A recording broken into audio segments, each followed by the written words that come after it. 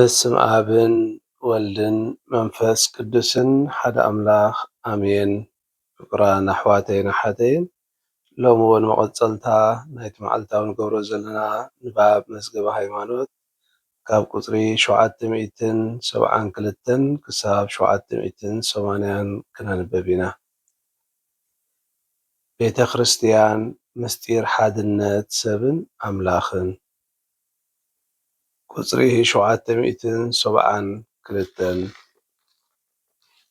ዕላማ መደብ አምላኽ ኣብ ሰማይ ኮነ ኣብ ምድሪ ዘሎ ኩሉ ኣብ ክርስቶስ ክጥርነፍ ክጥቕለል ንዝብል ምስጢሩ ክርስቶስ ዝገለፆን ተፍፃሜት ዝህቦን ኣብ ቤተ ክርስቲያን እዩ።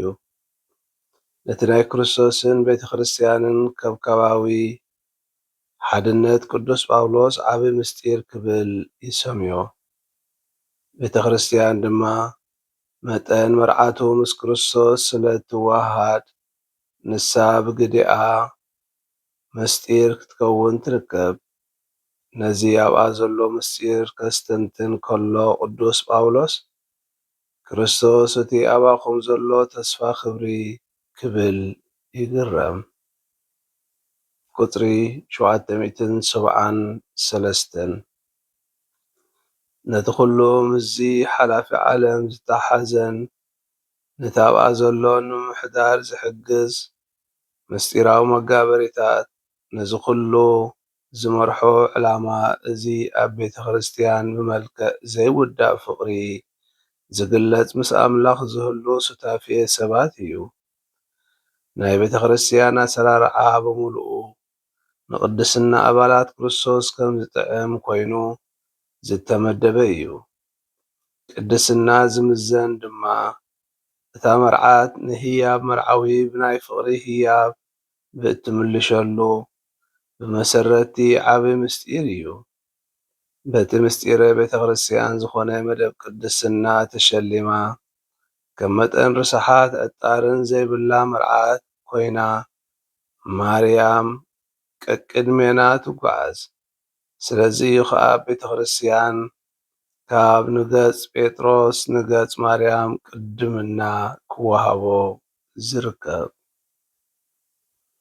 ክላዊት ምስጢረ ድሕነት ቁፅሪ 774 እቲ ብምስቴርዮን ዝብል ቃል ግሪክ ምስጢር ሕቡእ ስቱር ኣብ ላቲን ከዓ ሚስቴርዮም ምስጢር ሕቡእ ልዑል ሳክራሜንቱም ትእምርቲ ምልክት ብዝብል ክልተ ቃላት ተተርጊሙ ኣብ ዳሕረዋይ ኣባህላ ሳክራሜንቱም ትእምርቲ ምልክት ናይቲ ሕቡእ ምስጢራዊ መደብ ድሕነት ዝርአ ምልክት ትእምርቲ ኮይኑ ከገልግል ተረኽበ። በዚ ርድኢት እዚ ክርስቶስ ንርእሱ እውን ምስጢር ድሕነት እዩ። ከመይሲ ብዘይካ ክርስቶስ ካልእ ምስጢር ኣምላኽ የልቦን። እቲ ኣብ ምስጢራት ቤተ ክርስቲያን ኣብያተ ክርስቲያን ምስራቅ ቅዱስ ምስጢራት ዝብልኦ ዝግለጽን ብኣኡ ዝሰርሕን ናይ ቅዱስ ቀዳስን ሰብኣውነቱ ድሕነታዊ ተግባራት ንሱ እዩ። እቲ ምስጢረ ድሕነት እተን 7 ምስጢራት ከዓ ምልክታትን መጋበሪታትን እየን።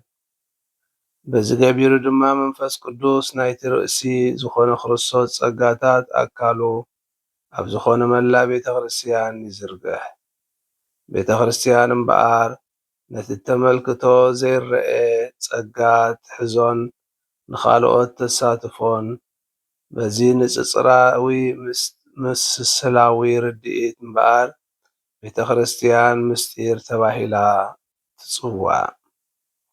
ቁፅሪ 775 ቤተ ክርስቲያን ኣብ ክርስቶስ ከም ምስጢር እያ። ናይቲ ምስ እግዚኣብሔር ዘሎ ሱታፌ ኮነ ናይ ኩሎም ደቂ ሰብ ሓድነት ትእምርትን መጋበሪትን እያ። ናይ ቤተ ክርስቲያን ቀዳማይ ዕላማ ሰባት ምስ ኣምላኽ ናይ ዘለዎም ውሽጣዊ ዓሚቕ ሓድነት ትእምርቲ ምዃኑ እዩ።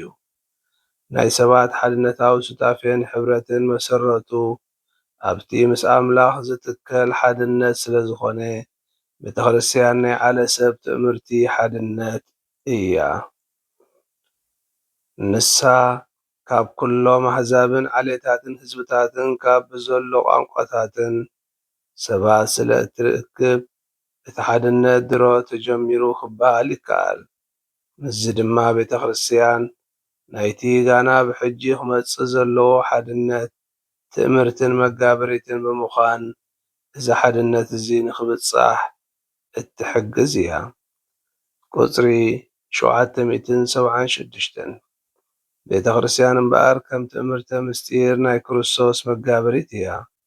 ንኹሎም ናይ ድሕነት መጋበሪ ምእንቲ ክትከውን ብኣ ብክርስቶስ ተመዲባ እግዚኣብሔር ንሰባት ናይ ዘለዎ ፍቕሩ ምስጢር እንክግለጽን ብተግባር እንክረአን ክርስቶስ ዝጥቀመላ ኩላዊት ትእምርቲ ምስጢረ ድሕነት እያ። መላእ ዓሌት ሰብ ሓደ ህዝቢ እግዚኣብሔር ክኸውን ሓደ ኣካል ክርስቶስ ከቕውም ናይ መንፈስ ቅዱስ ቤተ መቕደስ ኮይኑ ክህነጽ ድላይ ኣምላኽ ስለ ዝኾነ እግዚኣብሔር ንዓለት ሰብ ናይ ዘሎ ፍቕሪ ርኡይ መደብ ቤተ ክርስቲያን ርእሳ እያ። ብሓጺሩ ቁጽሪ 777 ቤተ ክርስቲያን ዝብል ቃል ጽዋዔ ወይ ጉባኤ የስምዕ። ነቲ ብቓል ኣምላኽ ዝተጸውዐ ኣኼባ የመልክት። እዚ ማለት ከዓ ህዝቢ እግዚኣብሔር ንኽቐውሙ ንርእሳቶምን በቲ ሥጋ ክርስቶስ እናተመገቡ ኣካል ክርስቶስ ንክኾኑ ብሓደ ዝኣክቦም እዮም። ቁጽሪ 778 ቤተ ክርስቲያን ናይ መደብ እግዚኣብሔር መጋበርን መወዳእታ ዕላማን እያ። ኣብ ግዜ ፍጥረት ኣቐዲማ ዝተመስረተት ብዘመነ ብሉይ ኪዳን ዝተሰናደወት ብናይ ኢየሱስ ክርስቶስ ቃላትን ተግባራትን ዝተተኽለት በቲ በቤዙ መስቀሉን ትንሣኤውን ተፍጻሜት ዝረኸበት ቤተ ክርስቲያን ከም መጠን ምስጢረ ድሕነት ብርደት መንፈስ ቅዱስ ተገሊጻ ናይቶም ናይ ድሕሪ ብእጁዋት ኣኼባ ከም ምዃና መጠን ድማ ናይቶም ናይ ምድሪ ብእጁዋት ኣኼባ ከም ምዃና መጠን ድማ ኣብቲ ሰማያዊ ክብሪ ፍጽምና ክትጭብጥ እያ። ቁጽሪ 779 ቤተ ክርስቲያን ክልቲኡ ማለት ዝርአን መንፈሳውን መዓርጋዊ ኣሰራርዓ ዘለዋ ማሕበረሰብን ምስጢራዊ ኣካል ክርስቶስን እያ። ንሳ ሓንቲ እያ፣ ግና ከዓ ብኽልተ ወገን ብሰብኣውን መለኮታውን ዝቖመት እያ። እዚ እምነት ጥራሕ ክቕበሎ ዝኽእል ምስጢር እዩ። ቁጽሪ 780 ቤተ ክርስቲያን ኣብዚ ዓለም እዚ ትእምርተ ምስጢረ ድሕነት ናይ ሱታፌ ኣምላኽን ሰብን ምልክት መጋበሪትን እያ። ስብሃት ንኣብን ንወልድን ንመንፈስ ቅዱስን ይኹን ጥንቲ ከም ዝነበረ ሕጂ ከዓ ንወትሩን ዘለዓለም ዓለም ኣሜን። በስመ አብ ወወልድ መንፈስ ቅዱስ ሓደ ኣምላኽ ኣሜን።